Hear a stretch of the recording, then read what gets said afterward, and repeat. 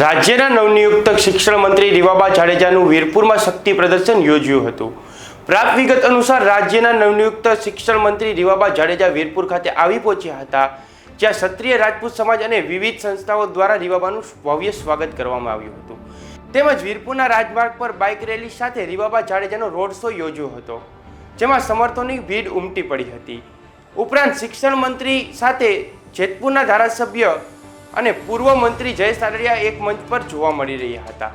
તો જલારામ બાપાના આશીર્વાદથી સન્માન મળ્યું તે આનંદ છે તે રીવાબા જાડેજાએ જણાવ્યું હતું। ઉપરાંત માત્ર શિક્ષણ નહીં, ભાવિ પેઢીમાં સંસ્કારોનું સિંચન પણ જરૂરી છે તેમ રીવાબાએ શિક્ષણ પર ભાર મૂક્યો હતો।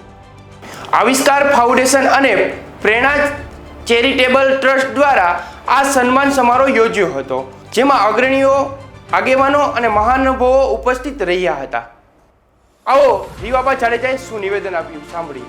સુરા સંત અને સાહિત્યની આ ભૂમિ એટલે કે વીરપુરમાં જલારામ બાપાના આશીર્વાદથી આજરોજ શ્રી આવિષ્કાર યુનિવર્સલ ફાઉન્ડેશન, પ્રેરણા એજ્યુકેશન એન્ડ ચેરિટેબલ ટ્રસ્ટ અને ક્ષત્રિય રાજપૂત સમાજ વીરપુરના સંયુક્ત ઉપક્રમે સન્માન સમારોહનું કાર્યક્રમનું આયોજન કરવામાં આવ્યું હતું, જેમાં મને ઉપસ્થિત રહેવાની તક મળી અને જે વિવિધ સંસ્થાઓ અને દરેક સમાજ દ્વારા ખૂબ ભાવ રીતે સ્નેહ રાખી અને સન્માનિત કરવામાં આવી, એ બદલ ખૂબ ખૂબ સર્વે સમાજના આગેવાનશ્રીઓની ખૂબ ખૂબ હૃદયપૂર્વકની આભારી છું। સાથે સાથે આ ત્રિવિધ સમાજની પણ અને સંસ્થાઓની પણ આભારી છું। આ ઉપરાંત આ કાર્યક્રમમાં પૂર્વ મંત્રી અને વિધાનસભા જેતપુર વિધાનસભાના ધારાસભ્યભાઈ શ્રી જયેશભાઈ તેમજ ગોરધનભાઈ, જે અમૂલ ડેરીના વાઇસ ચેરમેન છે, અને વિવિધ આગેવાનશ્રીઓની ઉપસ્થિતિ હતી।